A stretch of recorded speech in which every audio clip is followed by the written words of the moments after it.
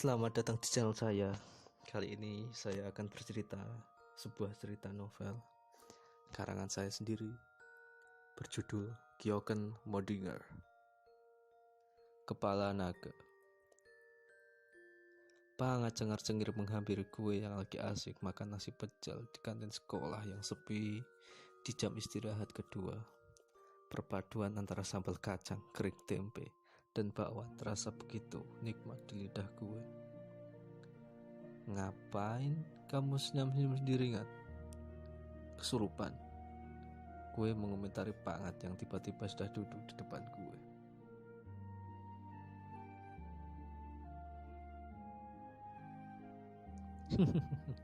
Pangat hanya membalas gue dengan tertawa tipis. Gue jadi curiga kalau Pangat sedang seperti ini. Biasanya kalau dia cengar-cengir gak jelas, dia habis mengerjai seseorang. Dan bisa jadi yang dikerjain itu gue. Habis kerjain orang. Awas ya kalau kerjain gue. Kepo gue terhadap Pangat. Pangat hanya membalas gue dengan tertawa tipis lagi. Dia memandangi gue sebentar, lalu putar balik dan melenggang pergi begitu saja. Gue semakin khawatir. Nasi pecel belum habis. Gue bayar dan bergegas kembali ke kelas. Gue pengen memeriksa apakah tas dan bangku gue baik-baik saja. Kalau kamu sudah mengenal siapa itu si Pangat, pasti kamu juga bakalan ngelakuin hal yang sama. Terakhir kali seperti ini, hasilnya adalah tas gue ditali mati oleh Pangat jadi satu sama tas milik Tina, gadis yang dianggap paling gak banget sama cowok-cowok seangkatan. Gadis yang pernah cepirit di kelas gara-gara gak kuat nahan kebelet poker. Sampai di kelas, ternyata tas dan bangku gue aman. Gue tanyain ke teman-teman sekelas gue, juga gak ada yang lihat Pangat masuk ke kelas. FYI, for your information, Pangat gak sekelas sama gue. Tapi gue masih khawatir, jangan-jangan motor gue yang dikerjain. Jam pelajaran terakhir, gue izin ke guru kamar kecil. Tapi gue gak kamar kecil. Gue jalan ke parkiran ngecek motor gue. Ternyata motor gue gak kenapa-napa. Tapi gue masih parno sama senyuman Pangat sewaktu di kantin. Gue jalan menuju kembali ke kelas dengan pikiran yang melayang-layang, memikirkan maksud tersirat dari senyuman Cijai si Pangat. Motor gue starter. Pulang sekolah, lampu berwarna kuning menyala. Knalpot motor dari berbagai merek saling bersautan. Dari kejauhan terlihat dari belakang, Pangat melaju pelan melewati pintu gerbang parkiran. Dan itu menandakan apa yang gue parnokan gak kejadian. Rasa tenang menggelayuti perasaan gue. Keluar gerbang sekolah terasa begitu menyenangkan. Apalagi sudah terbayang es cendolnya Bang Saim, tukang es langganan gue. Manis, dingin, dan menyegarkan. Cocok diminum sepulang sekolah sewaktu hari sedang panas-panasnya. 15 menit kemudian, gue sudah tiba di kedai kaki lima es cendolnya Bang Saim. Agak ramai. Gue sampai harus duduk berhadapan dengan orang yang gak gue kenal. Gara-gara kursi dan space mejanya tinggal cukup untuk satu orang saja. Es cendol gue hisap berselingan dengan gorengan yang juga kumakan. Sedangkan orang yang di depanku sudah habis es cendolnya. Tapi dia belum beranjak meninggalkan tempat duduknya. Dalam hati gue berharap agar dia segera pergi karena gue merasa risih harus berhadapan-hadapan dengan orang yang asing. Habis ini temenin aku yuk, ujar perempuan yang berhadapan-hadapan sama gue. Langsung, gak ganti baju dulu, kan bau ketek. Teman dari perempuan itu nimbalin. Gak usah khawatir, kan pakai jaket. Nanti tutupin jaket aja, biar samar-samar baunya. Ujar perempuan di depan gue.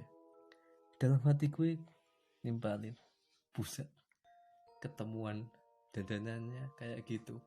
Rambut lepek, bedak, udah luntur, giginya kuning, bau ketek lagi. Kasihan amat yang diajak ketemuan. Tak berselang lama, dua perempuan berambut lepek, bergigi kuning itu hanya dari hadapan gue. Kaki gue jadi bisa gue selonjorin. Bekas gelas perempuan-perempuan tadi gue singkirin. Gelas gue dorong ke depan. HP gue keluarin dari tas, kemudian buka Facebook, baca status terbaru banget. Laut dan perasaan deg-degan nungguin kamu. Esok hari di parkiran sekolah, gue datang agak pagian. Nggak langsung datang ke kelas, gue nongkrong dulu di kantin, pesen teh sisri, dan beberapa mendoan sambil nungguin bel masuk berbunyi. Duduk sambil angkat kaki, gue sebelahan sama Jalidu, dua penongkrong yang punya tujuan sama, nungguin bel masuk berbunyi.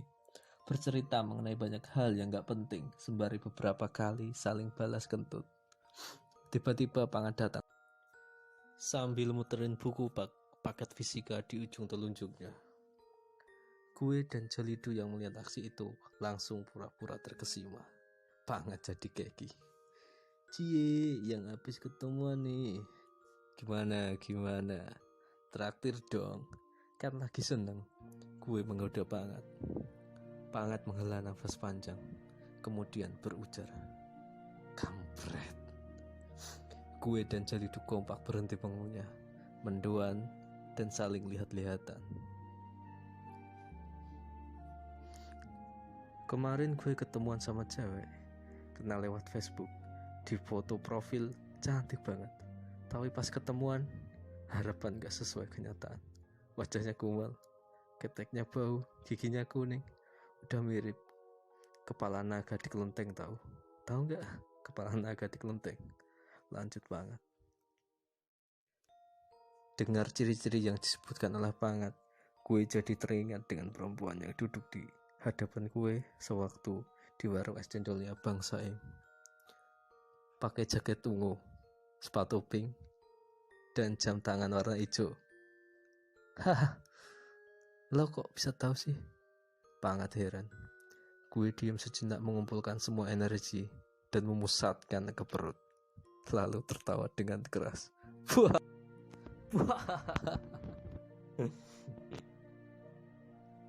Pangat benar-benar kayak pagi itu. Dan gue benar-benar gak menyangka seorang Pangat bisa ketipu sama foto profil.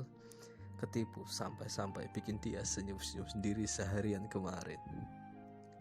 Tapi sisi positifnya adalah mulai sejak saat itu, gue, Pangat, dan Jalidu dapat pelajaran penting dalam hal bermedia sosial. Media sosial tidak bisa dijadikan acuan untuk menilai seseorang. Kebanyakan yang ditulis dan di-share di sana hanyalah pencitraan. Seperti si kepala naga ini, dia mungkin gak bakalan nyesel udah nipu si Pangat. Dan gue rasa bukan hanya Pangat yang ditipu, tapi juga lelaki-lelaki lain yang mungkin tiap hari chattingan sama dia. Lelaki-lelaki lain yang setiap hari menulis di dinding Facebook. Ya, lelaki-laki lain yang setiap hari SMS-an sama dia. Semua. Dia mungkin gak merasa bersalah udah nipu banyak orang. Itulah bahayanya media sosial. Yang baik bisa nampak buruk, yang buruk bisa nampak baik. Tiring, bel masuk berbunyi. Gue bergegas membayar secangkir teh sisri dan 3 biji mendoan.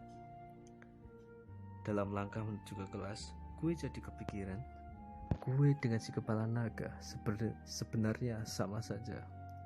Foto profil gue juga hasil editan Photoshop. Tapi bodoh amat, sekalipun sudah gue edit setengah mati, tetap saja gak ada cewek yang mau ngechat sama gue di Facebook sejak 2 tahun lalu sampai sekarang. Dalam hati gue pengen nangis.